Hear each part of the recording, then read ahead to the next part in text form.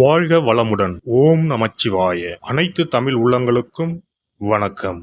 12 மாதங்களை கொண்ட தமிழ் ஆண்டின் 2ஆம் மாதம்தான் வைகாசி மாதம்.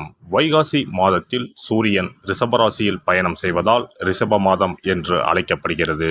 வைகாசி மாதத்தில் பல தெய்வ அவதாரங்கள் நிகழ்ந்ததாக கூறப்படுகிறது. வைகாசி பௌர்ணமி அன்று சிவபெருமான் நெற்றிக்கண்ணில் இருந்து 6 பொறிகளாக ஆறுமுக பெருமான் அவதாரம் எடுத்ததாக சொல்லப்படுகிறது.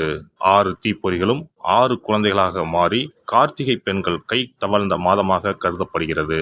அப்படிப்பட்ட சிறப்புமிக்க வைகாசி மாதத்தில் 12 ராசிக்காரர்களுக்கு என்ன யோக பலன் கிடைக்கப் போகிறது என்று பார்க்கலாம்.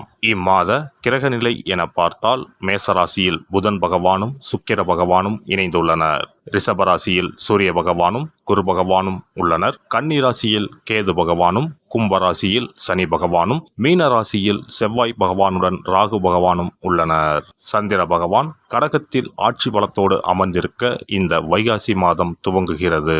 இம்மாத கிரக பெயர்ச்சி என எடுத்துக்கொண்டால் வைகாசி மாதம் 6ஆம் தேதி, அதாவது மே மாதம் 19ஆம் தேதி அன்று சுக்கிர பகவான் ரிஷபராசியில் பெயர்ச்சியாகி ஆட்சி பலத்துடன் வலிமையாக இருக்கப் போகிறார். அதே போல வைகாசி மாதம் 18ஆம் தேதி, அதாவது மே மாதம் 31ஆம் தேதி புதன் பகவான் பெயர்ச்சியானது மேசத்தில் இருந்து ரிஷபத்திற்கு ஆகிறது. செவ்வாய் பகவான் வைகாசி மாதம் 19ஆம் தேதி, அதாவது ஜூன் மாதம் 1ஆம் தேதி மேச ராசியில் இடப்பெயர்ச்சி அடைந்து ஆட்சி பலத்துடன் வலிமையாக அமர்ந்து நற்பலன்களை அளிக்க உள்ளார். இந்த கிரக அமைப்பினால் உங்கள் வாழ்வில் ஏற்படக்கூடிய சுப மற்றும் அசுப பலன்கள் என்ன என்பதனையும், அசுப பலன் ஏற்படுமாயின் ராசிக்காரர்கள் செய்ய வேண்டிய பரிகாரம் என்ன, வழிபட வேண்டிய தெய்வம், வழிபடும் முறை என்ன என்பதனை பற்றி விரிவாக காண்போம். பிறக்கப் போகும் இம்மாதம் உங்கள் வாழ்வில் வளமும் நலமும் செல்வ செழிப்பும் பெற்று வாழ்வின் உயரிய நிலையை அடைய எல்லாம் வல்ல எம்பெருமானை வேண்டி விரும்பி கேட்டுக்கொள்கிறேன். எல்லோராலும் பாராட்டப்படும் வகையில் நடந்து கொள்ளும் தனுசு ராசி அன்பர்களே, இந்த மாதம் வரவை போலவே செலவும் இருக்கும். வெளியூர் பயணங்களால் அலைச்சலும் எதிர்பாராத பொருள் இழப்பும் இருக்கும். எனவே கவனமாக இருப்பது நல்லது. திடீர் கவலை ஏற்பட்டு நீங்கும். எதிர்ப்புகளை சமாளிக்கும் போது கவனம் தேவை. தொழில் வியாபாரம் தொடர்பான செலவுகள் கூடும். கூட்டு தொழில் செய்பவர்கள் முன்னேற்றம் காண்பார்கள். வியாபாரம் தொடர்பான முயற்சி வீண் முயற்சியாக இருந்தாலும் பின்னாளில் அதற்கான பலன் கிடைக்கும். உத்தியோகத்தில் இருப்பவர்களுக்கு கூடுதல் வேலை சுமை இருக்கும். எப்படியும் செய்து முடித்து நல்ல பெயர் வாங்கிவிடுவீர்கள். குடும்பத்தில் நல்ல காரியங்கள் நடக்கும். நிம்மதி ஏற்படும். குடும்ப உறுப்பினர்கள் பற்றிய கவலைகள் நீங்கும். குழந்தைகள் மகிழ்ச்சியாக இருப்பார்கள். வாழ்க்கை துணையின் ஆதரவு கிடைக்கும். உறவினர்கள் வருகையும் அவர்களால் உதவியும் கிடைக்கப் பெறுவீர்கள்.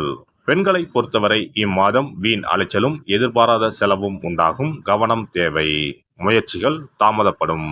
கலைத்துறையினருக்கு நல்ல லாபம் கிடைக்கும். அலைச்சல் இருக்கும். ஆனால் கடந்த காலத்தை விட கூடுதல் வருவாயை பெறலாம்.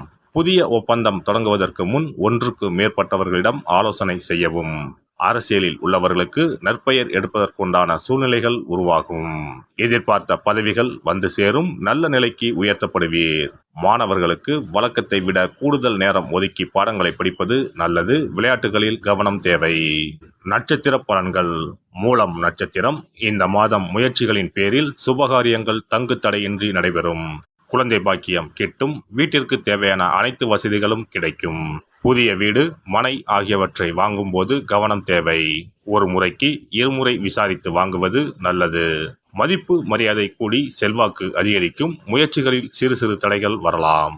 பூராடம் நட்சத்திரம். இந்த மாதம் உங்களை பற்றி உங்கள் குடும்பத்தார் புரிந்து கொண்டு அனுசரணையாக நடந்து கொள்வர். தடைகளை முறியடித்து காரிய வெற்றி காணலாம். குடும்பத்தில் மகிழ்ச்சியும் ஆனந்தமும் பெருகும். திருமணம் போன்ற சுப நிகழ்ச்சிகளுக்கான முயற்சிகள் இனிதே நடக்கும். நல்ல வரனாகவும் கிடைக்கும். குழந்தை பாக்கியம் கிட்டும். உறவினர்கள் நண்பர்கள் மூலம் அனுகூலம் கிடைக்கும். உத்திராடம் 1ஆம் பாதம். இந்த மாதம் உடல் நலனை பொறுத்தவரை சிறப்பாக இருக்கும். சளி மற்றும் மார்பு தொல்லை வரலாம். உடன் பணி செய்வோர், மேல் அதிகாரிகள் ஆகியோரிடம் மிகுந்த நல்ல பெயர் ஏற்படும். சம்பள உயர்வு கிடைக்கும். சிலருக்கு பதவி உயர்வும் கிடைக்கும். சக ஊழியர்கள் உதவிகரமாக இருப்பார்கள்.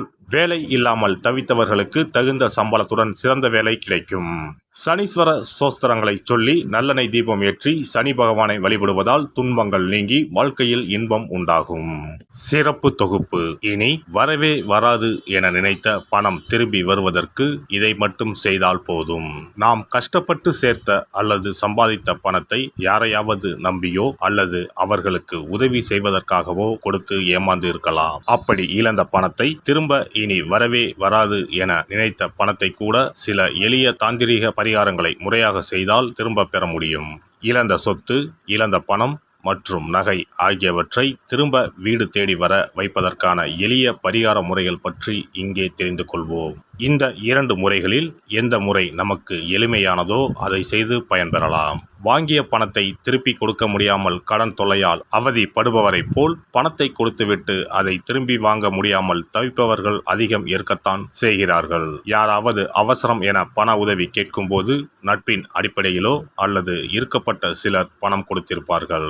ஆனால் பணம் வாங்கிய நபரோ அந்த பணத்தை திருப்பி தராமல் இழுத்தடிக்கலாம். பணம் தர வேண்டிய நபருக்கு சூழ்நிலை காரணமாக பணம் வராமல் உங்களுக்கு திருப்பி தர முடியாமல் இருக்கலாம். அல்லது அந்த நபர் பணத்தை திருப்பி தரும் எண்ணமே இல்லாமல் இருக்கலாம்.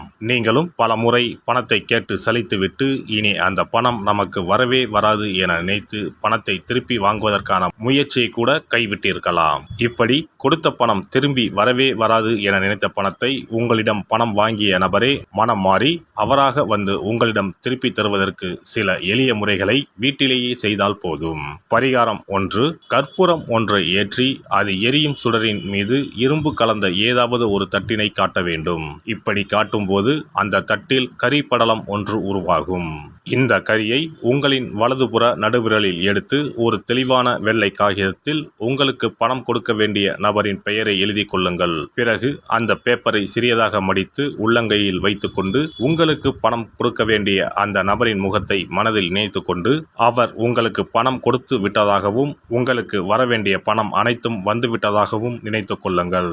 அந்த நபரின் பெயர் எழுதிய காகிதத்தை வீட்டின் பூஜை அறையில் வைத்து விடுங்கள். பிறகு அதை ஆற்றில் போட்டு விடலாம். பரிகாரம் 2. ஒரு சிறிய கிண்ணத்தில் மஞ்சளை தண்ணீர் கரைத்து எடுத்துக்கொள்ளுங்கள். ஒரு குச்சியால் அந்த மஞ்சளை தொட்டு வெள்ளை காகிதத்தில் பணம் தர வேண்டிய நபரின் பெயரை எழுதி கொள்ளுங்கள். ஓம் ஸ்ரீ கார்த்த வீர்யாஜுனாய நமக என்ற மந்திரத்தை 27 முறை சொல்லி பணம் கொடுக்க வேண்டிய நபர் உங்களுக்கு தர வேண்டிய பணம் அனைத்தையும் கொடுத்து விட்டதாக நினைத்து வேண்டிக் கொண்டு அந்த காகிதத்தை சுற்றி வெள்ளை நூலால் கட்டிவிட வேண்டும். பிறகு அந்த காகிதத்தை ஆற்றிலோ கடலிலோ போட்டுவிட வேண்டும். இந்த 2 முறைகளில் யாருக்கு எது வசதியோ அந்த முறையில் பரிகாரத்தை செய்யலாம். ஏதாவது ஒரு முறையை பின்பற்றினால் போதும். 2 முறைகளிலும் செய்ய வேண்டியது கிடையாது. இந்த பரிகாரத்தை தெற்கு நோக்கி அமர்ந்து செய்ய வேண்டும். இந்த பரிகாரத்தை நம்பிக்கையுடன் தொடர்ந்து செய்து வந்தால் கண்டிப்பாக வராது என நினைத்த பணம் விரைவில் உங்களின் வீடு தேடி வரும்.